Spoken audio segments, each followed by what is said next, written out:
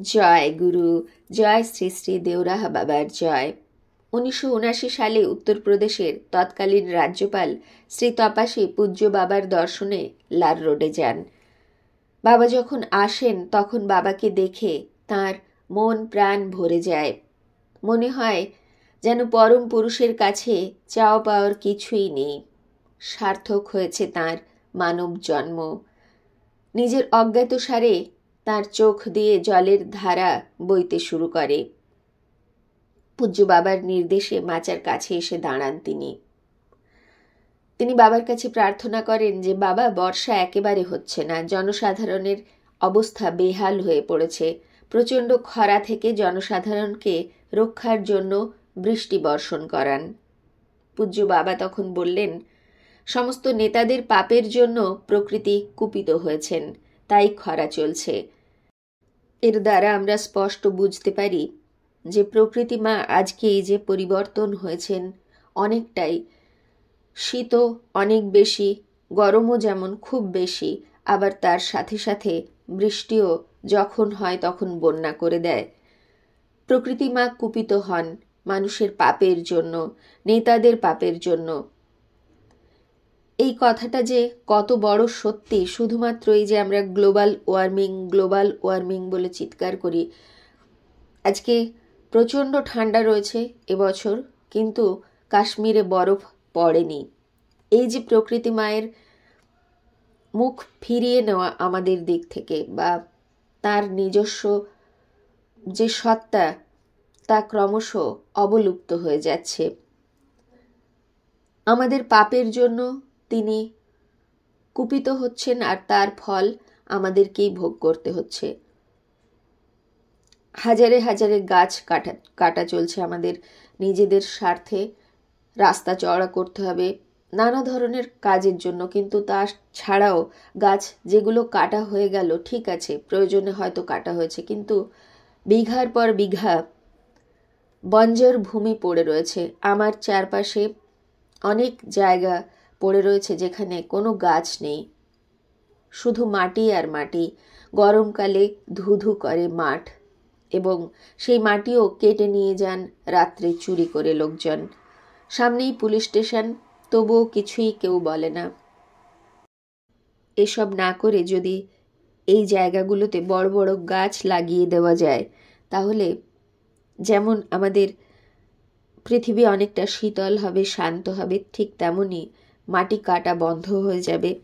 মাটির যে ধুলো ওড়ে হাওয়ায় গরমকালে, সেই ধুলো ওড়া কমে গিয়ে পলিউশন কম হয়ে যাবে। কিন্তু কে করবে, কেন করবে? অন্যায়ের পর অন্যায়, প্রকৃতি মাও তাতে কুপিত হন। বাবা বললেন, তাই খরা চলছে।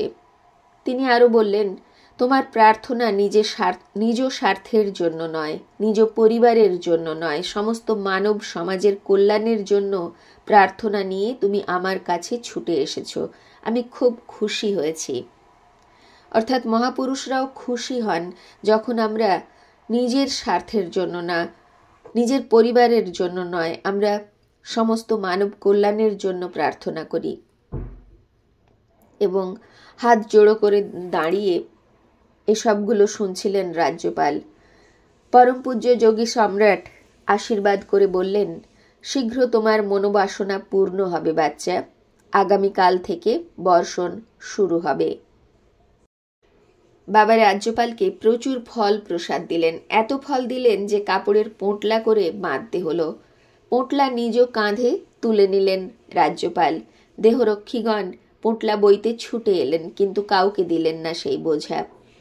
যোগেশ্বর শ্রীদেওরাহা বাবাকে সাষ্টাঙ্গে প্রণাম করে ভক্তিভাবে বিহ্বল হয়ে কাঁধে বোঝা নিয়ে ফিরে গেলেন উত্তরপ্রদেশের রাজ্যপাল।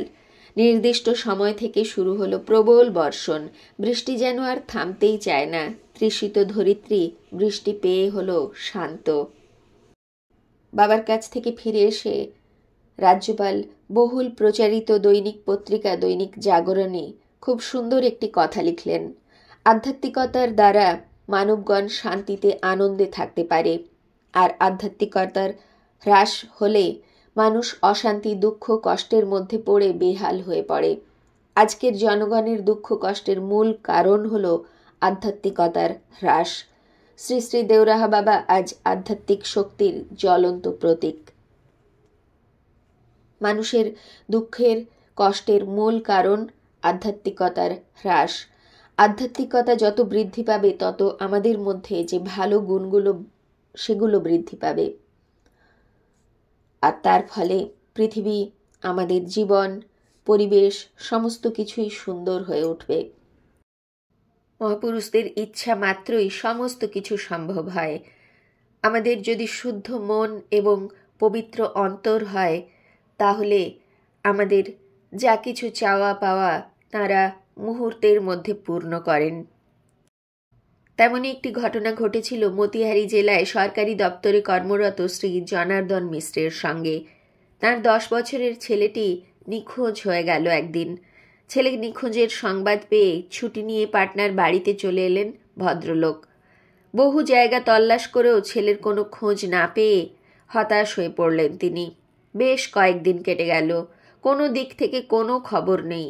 বন্ধুবর পরম ভক্ত শ্রী কৃষ্ণধার শর্মার কাছে পূজ্য বাবার ঐশ্বরিক শক্তির কথা শুনে বিমর্ষ ভদ্রলোক সস্ত্রীক হাজির হলেন একদিন লার রোড স্থিত আশ্রমে বাবার মাচার সামনে। করুণ আরতি নিয়ে স্বামী স্ত্রী ছেলে হারানোর সংবাদ ব্যক্ত করলেন। বাচ্চা মিল জায়গা কথাটি বলে আশীর্বাদ করে বাড়ি যেতে আদেশ দিলেন শ্রী যোগী সম্রাট দেওরাহা বাবা। স্বামী স্ত্রী ফিরছেন বাড়ির দিকে, অনেক দূর চলেও এসেছেন। হঠাৎ খেয়াল হলো ছেলে তো পাওয়া যাবে বললেন, কিন্তু কোথায়, কবে পাওয়া যাবে তা তো বললেন না। আমাদেরও জেনে নেওয়া হলো না। পরদিন আবার এসে হাজির হলেন বাবার কাছে।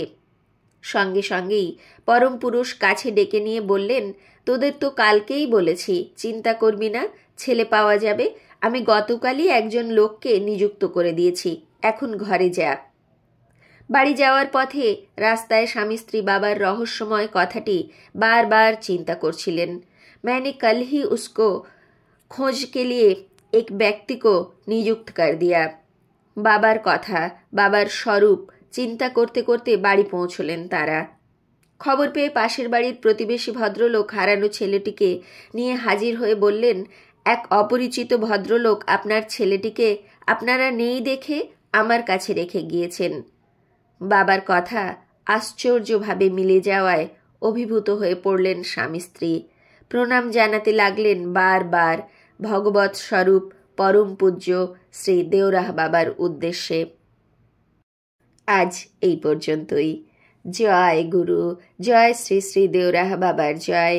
গুরু কৃপা হি কেবলম। জয় গুরু।